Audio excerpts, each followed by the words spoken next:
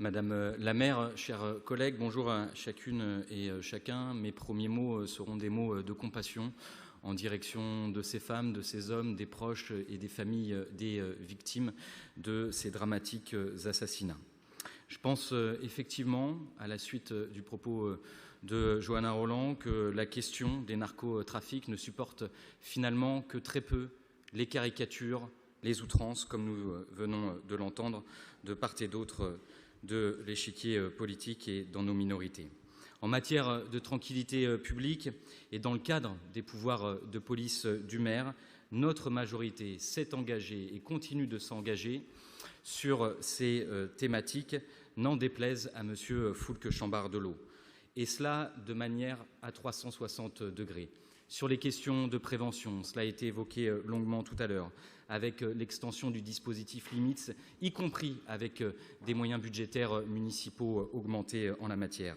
Sur la présence de terrain, avec le doublement des effectifs de la police municipale, la création d'une brigade des transports en commun, sur les enjeux de l'aide aux victimes, et aussi effectivement sur cette question de la prise en charge et de l'accompagnement des publics les plus en difficulté, notamment des publics victimes d'addiction, qui peuvent être aussi parfois les auteurs de crimes et de délits. Et oui, Monsieur William Aucan, ce que vous proposez, nous l'avons y compris fait lors du précédent mandat, avec la mise en œuvre, par exemple, d'une équipe mobile d'aide avec des professionnels de l'accompagnement social, des professionnels de l'accompagnement en termes de santé publique, qui sillonnent d'ores et déjà, par exemple, le centre-ville de Nantes, et nous allons continuer d'amplifier notre effort en la matière. Vous le voyez, entre les discours et les actes, nous choisissons les actes.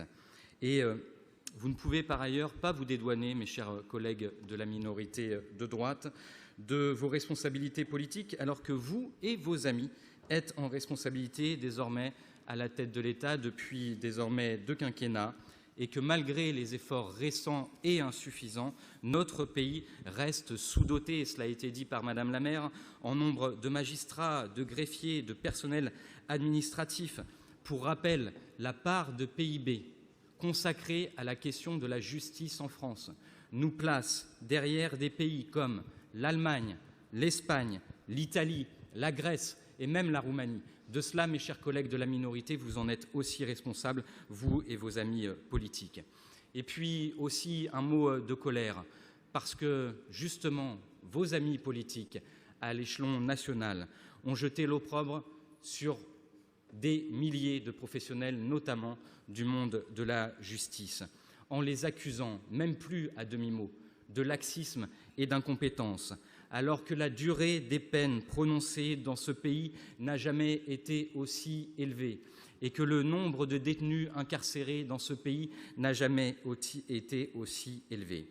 Et oui, nous assumons de dire que cette thématique, elle nécessite un réengagement massif évidemment de l'ensemble des acteurs et en premier lieu de l'État, compétent dans la lutte contre la grande criminalité, et cela avec une vision panoramique et à 360 sur les enjeux de prévention, d'enquête, de justice, de répression et aussi de réinsertion des auteurs de crimes et de délits, un sujet qui est jamais évoqué dans vos bouches et dans vos mots.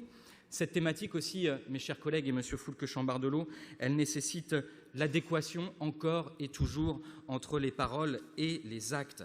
C'est votre camp politique et vos amis politiques, y compris à l'échelon local et à l'échelon régional, qui sabrez dans les crédits dédiés, notamment au soutien des acteurs qui œuvrent de l'accompagnement, notamment des victimes et des victimes de délinquance et de criminalité. J'ai encore rencontré les acteurs qui œuvrent en la matière la semaine dernière, et les seuls qui ne sont plus au rendez-vous alors que les besoins augmentent, ce sont votre famille politique. C'est aussi votre famille politique qui déserte les cadres de dialogue avec le procureur, avec le président du tribunal, lorsqu'il s'agit d'évoquer l'ensemble de ces enjeux. Encore tout récemment, j'ai des exemples à vous donner, Monsieur Chambardelo.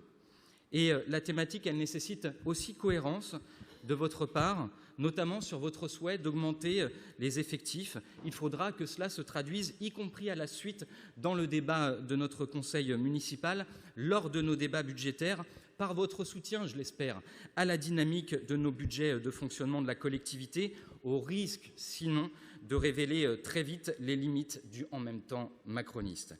Et enfin, Monsieur Chambardelot, votre discours permanent de la méthode, en nous faisant croire que nous esquivons le débat, n'est clairement pas à la hauteur. Parce que oui, Monsieur Chambardelot, nous n'esquivons aucun débat. Nous sommes de cette gauche qui assume de parler des sujets de sécurité et qui ne laissera jamais cette thématique à la droite et l'extrême droite. Et en même temps, Monsieur Chambardelot, nous ne sommes pas en campagne municipale permanente. Nous sommes désormais au travail pour les Nantaises et les Nantais. Et vous le savez, des cadres de dialogue, de débat et d'échange ne sont pas seulement ceux du conseil municipal. Nous avons nos conseils municipaux. D'ailleurs, nous parlons très régulièrement et très longuement des questions de sécurité. Nous avons nos commissions municipales, nous avons nos rendez-vous bilatéraux, nous avons le dialogue autour de nos politiques publiques. Donc vous ne ferez croire à personne, Monsieur Chambardelot, que nous esquivons les débats. Au contraire, nous sommes dans l'action plus que jamais pour combattre ce fléau du narcotrafic et nous assumons de le faire avec notre projet politique, avec notre angle politique progressiste, effectivement, aux côtés de nos habitants et aux côtés des acteurs de notre territoire.